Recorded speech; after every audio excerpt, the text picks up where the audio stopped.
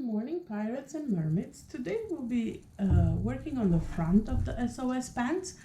So day 4 is dedicated to adding the front pocket and finishing the front seam with or without the faux fly. So for today you'll be using the lining pieces, which in my case I used a scrap of bamboo lycra, something thinner. And I used the same athletic knit for the back of the pocket. And my pants, I have the curve of the pocket already cut. And now I want to show you how to add the stitching line for if you're adding a faux fly.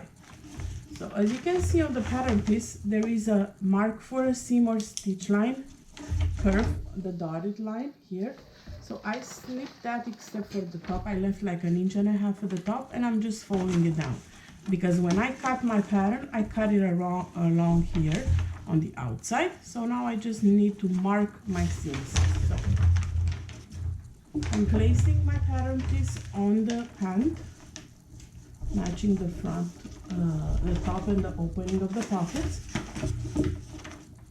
And using a tailor chalk or marking pen, or I love the friction erasable pen, because look, you can erase it super easy, plus it dissolves, it goes away in water, or if you steam it with a machine, when you press your pants, all the markings will go away. So I like to take my pen and just mark along,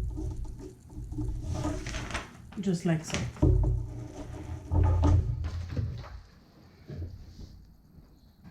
So that's my stitching line. I've been lazy other times and have not marked it, and I can tell you it's worth taking the extra minute to mark it. It's gonna look a lot prettier if you have a stitch line to go, because you'll also be able to follow it when you sew. It's easy to follow versus following a 1/2 inch seam allowance around here, then guesstimating the 1/2 inch seam allowance on this part. It's not worth doing that. I'm definitely worth taking the time and marking this line. So I'm going to repeat the same thing for the other side of the pants, the front of the pants. I don't even have to do the whole line, I just do a few dots. So now I have my markings. Make sure you don't steam or press this part until you're ready to sew, until after you've sewn, because your markings, if you've used a friction pen, will disappear. If you iron it right now, they will vanish. Now that I have my markings done, I'm gonna go ahead and take my pocket piece, my pocket linings, and with the right sides together, I'm going to place my pocket lining right sides together here and just sew with a 1/2 inch seam allowance around the curve here. So pants right side up, pocket lining right side down, sew with a 1/2 inch seam allowance.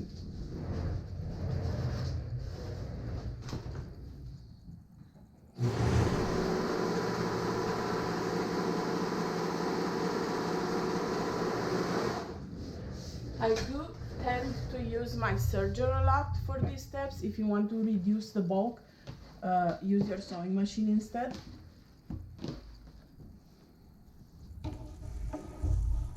So now I have this sewn, flip it,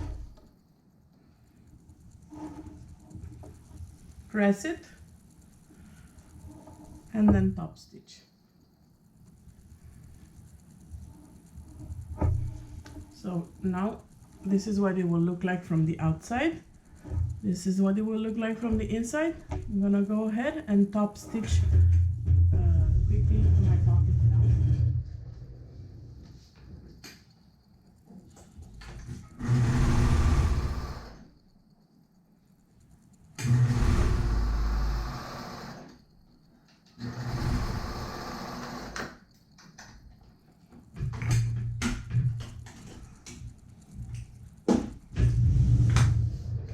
For stop stitching, I definitely like to use my cover stitch machine because of the finished look. So this is the front. Now we're gonna have to add the back of the pocket. So I'm gonna flip my pant like this. So the wrong side of the pant is up. Then I have the wrong side, flip your pocket up so the wrong side of the pocket lining is up. And then add your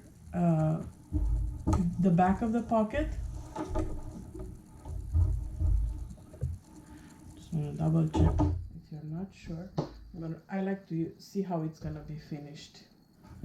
So the finished look, or match the sides where you have the same curve here. So this is how it's gonna be finished, which means that this is what I need to do right now. So again, pull your pocket up, wrong side up. We're gonna be creating a French seam here, so there's no raw edges.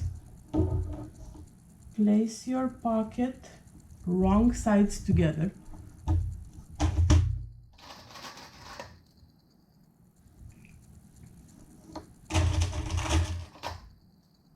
And pin in place.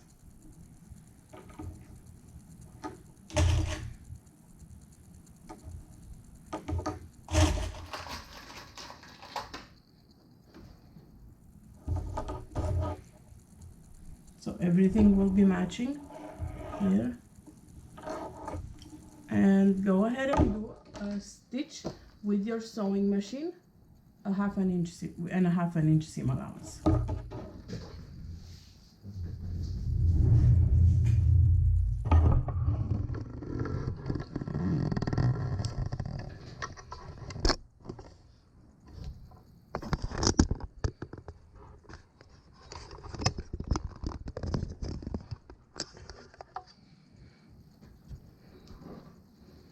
Alright, so we're going to be using, if you've used the basting stitch before, make sure you come back to at least 3.0 length or 2.5.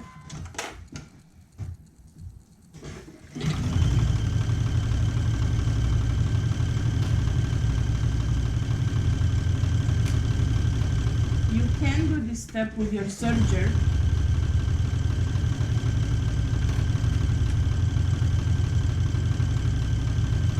But if you want to reduce the bulk, I encourage you to use your sewing machine instead.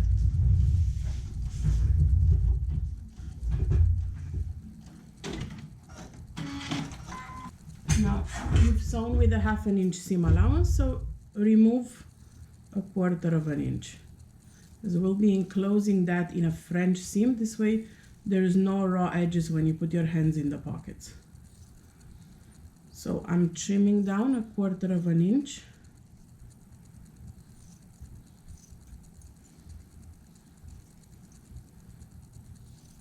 And then I'm gonna be enclosing the pocket curve in a French seam. So basically flipping it.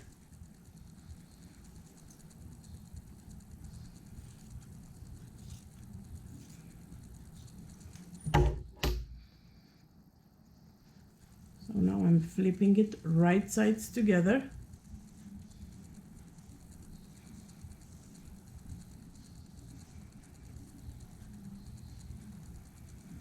And sewing alongside the pocket, like so, along the curve, right sides together with a 1/4 of an inch seam allowance.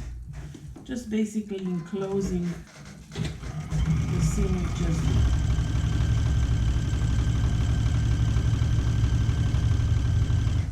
And then of course give it a good press.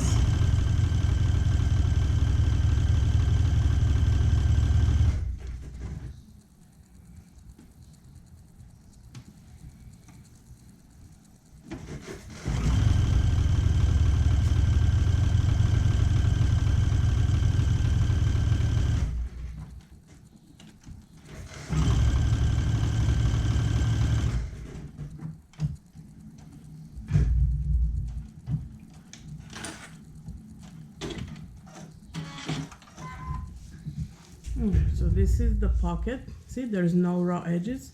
On the inside, absolutely no raw edges. You've created a French seam. So now baste your pocket. I'm working standing up so I don't move you again. So I'm gonna put 2 clips here.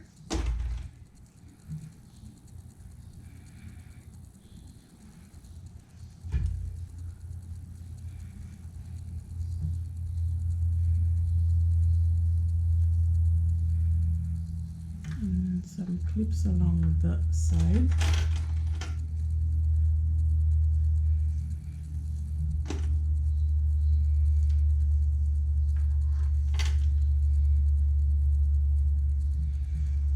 Alright, so now baste in place where I put the clips. This will help you when you put the pant together to make sure you have all layers together. So I'm gonna do a 5mm length for a basting stitch.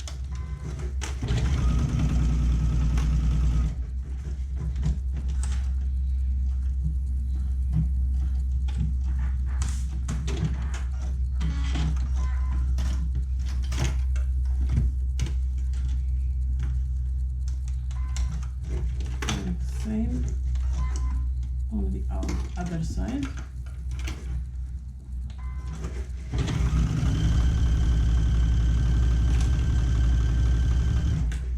This will just hold the pocket down.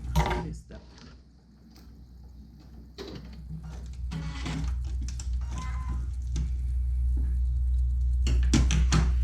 Alright, so this is one side of the pant. Obviously, you're going to be repeating the same steps. This is how it looks on the inside. See, very nice and very clean. You're going to be repeating the same steps with the other pant, with the other side of the front. So we're going to assume I already repeated the steps. Take your pants, one side right side up, then place the other side right side down. This way you have yours right sides together, matching at the crotch. You can pin it in place if you want, just to be sure it stays. So now, following the markings we did earlier, the purple marking, you see it here, following that purple marking, you'll be sewing with a stretch stitch. You cannot be using a serger if you've added the faux fly. If you have not added the faux fly, you can go ahead and use the serger like we did for the back.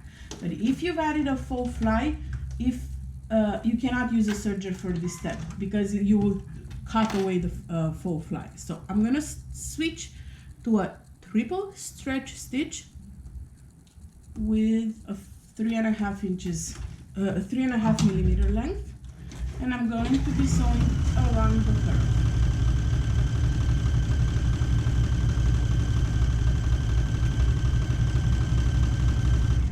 I like a triple stretch stitch because it gives a lot of resistance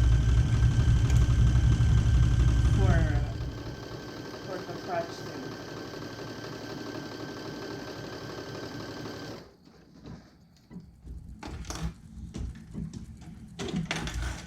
Now, optionally, you can go ahead and run a serger stitch around the raw edge of the faux fly. I don't necessarily do that because it's not gonna unravel, and I'm gonna top stitch it down. So grab a pair of snips. There. And go ahead and cut your fly all the way to the stitch without obviously cutting the stitches. So this is how it's gonna look like.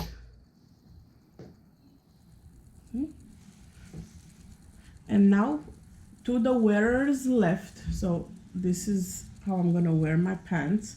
So this is my left. Press the fly down to the wearer's left and top stitch it.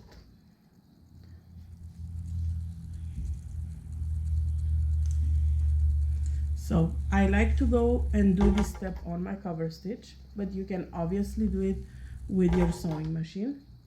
So what I like to do, I like to go ahead and do a double row around the curve and then top stitch my inseam down. Or actually, let me double check, because I like to make sure they go in the same direction. So I have my top stitching on the pants going on towards, so these are the back, so this is going towards my right. So I'm going to be moving this flap towards my right, this little piece here towards my right, and then top stitch on the right, because I like it to match with my back. So let me go ahead and do that. It's gonna be easier to understand. I'll do it on my serger, on my cover stitch, sorry. So I'm putting my hands like so.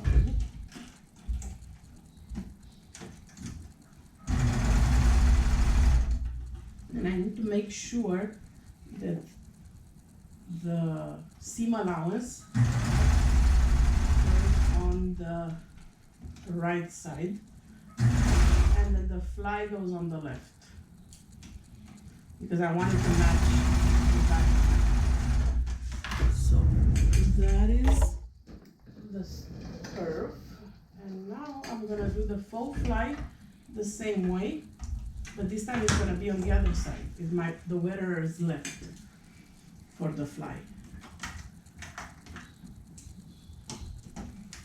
It just creates the look of a fly. Obviously it's not a function, but I feel it's part of the reason why we sew, right? To make things custom and the way we like them. And I like taking this extra step to do the faux fly. And then I stop there. And this is it for day 4. Tomorrow our pants will look like pants here. So I went ahead and top stitch on this. I'll trim any excess thread or seam allowances. And then, if you can see, on the fly I have my double row of stitching and then my fly here, and I stop right here at the end. Alright guys, so this is it for day 4. Make sure to post a picture of the finished front of your pants on the day 4 photo comments in the sew along album in the group. And I will see you back here tomorrow when we'll be sewing the side seam, the leg inseam, and we'll be hemming the bottom. Bye!